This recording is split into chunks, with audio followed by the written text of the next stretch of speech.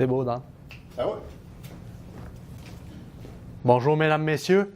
Dans la grande visite aujourd'hui au Collège de la Cité d'Ottawa, toute l'équipe de la radio de Radio-Canada est au collège pour diffuser une émission spéciale sur le phénomène des gangs de rue.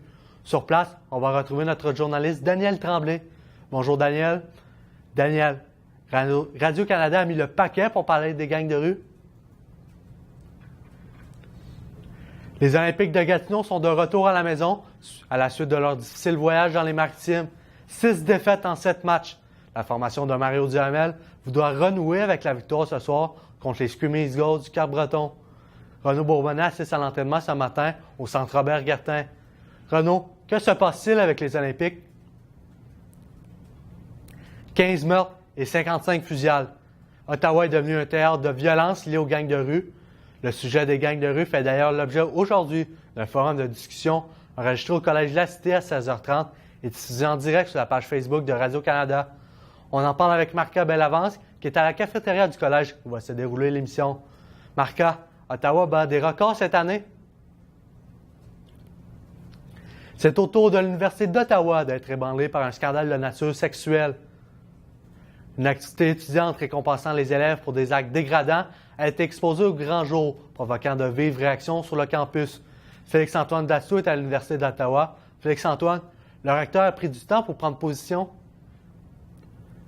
21 lycéennes de Chibok ont été libérées par l'armée nigérienne après avoir été enlevées par le groupe terroriste Boko Haram.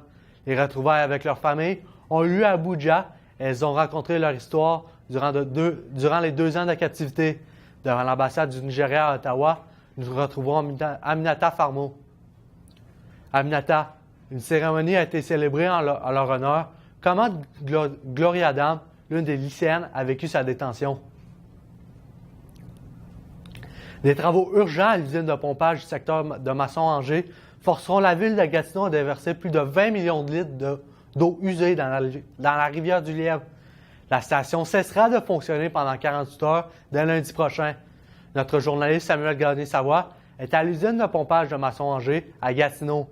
Samuel, la ville dit qu'elle n'a pas le choix de déverser ses eaux usées dans la rivière du Lièvre. Les sénateurs reprenaient l'entraînement ce matin après une journée de congé. L'équipe de la capitale nationale a disputé 3 matchs lors des 4 derniers jours. On en parle avec Pierre-Antoine Mercier, qui est sur place au Centsplex. Alors, Pierre-Antoine, les sénateurs connaissent-ils un bon début de saison sur la bord d'Agui Boucher? Certains commerçants ont déjà compris que l'argent ne roule pas dans les arbres, mais bien dans les plants. Des boutiques illégales de vente de marijuana et de hashish ont fait leur apparition un peu partout dans la capitale canadienne. On va retrouver William Black, qui est sur le boulevard Saint-Laurent. William, c'est pas une légende urbaine. On peut vraiment acheter de la drogue au coin de la rue à Ottawa? Un nouvel outil contre les surdoses pour les travailleurs de rue de l'Outaouais est maintenant disponible. À l'avenir, les intervenants de la région pourront poser des gestes concrets s'ils sont témoins d'un cas de surdose aux opioïdes. Adrienne Rousseau nous en parle. Alors, Adrienne, en quoi consiste ce nouvel outil? Bravo!